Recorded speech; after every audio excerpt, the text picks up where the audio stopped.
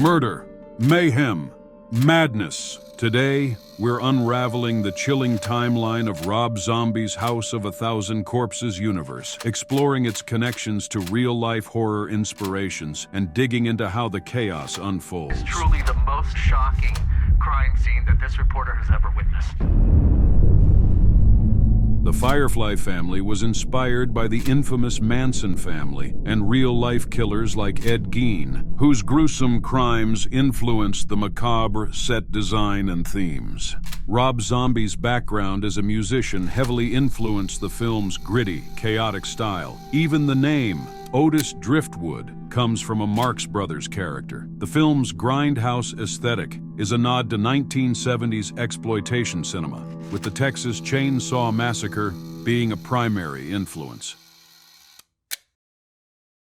We start with the 2003 movie House of 1,000 Corpses. The nightmare begins in October 1977. House of 1,000 Corpses introduces us to the Firefly family. Captain Spaulding, the eccentric clown and gas station owner. Baby Firefly, the sadistic siren. And Otis Driftwood, the unhinged mastermind.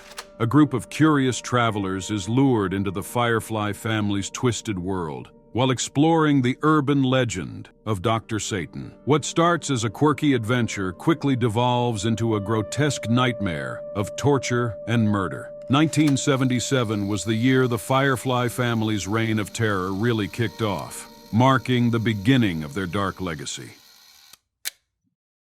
Fast forward to the 2005 movie The Devil's Rejects. The Devil's Rejects picks up shortly after the events of House of 1,000 Corpses. The Firefly family's farmhouse is raided by police, and Otis, Baby, and Captain Spaulding manage to escape. This chapter is less surreal and more grounded, showcasing the Firefly family's brutality as they leave a bloody trail across Texas. Sheriff Wydell, driven by revenge, hunts them down in a cat-and-mouse game that culminates in an unforgettable shootout at the movie's end. By 1978, the Firefly family's name is etched in infamy. This is the darkest chapter in the trilogy, blending horror with Western-style grit.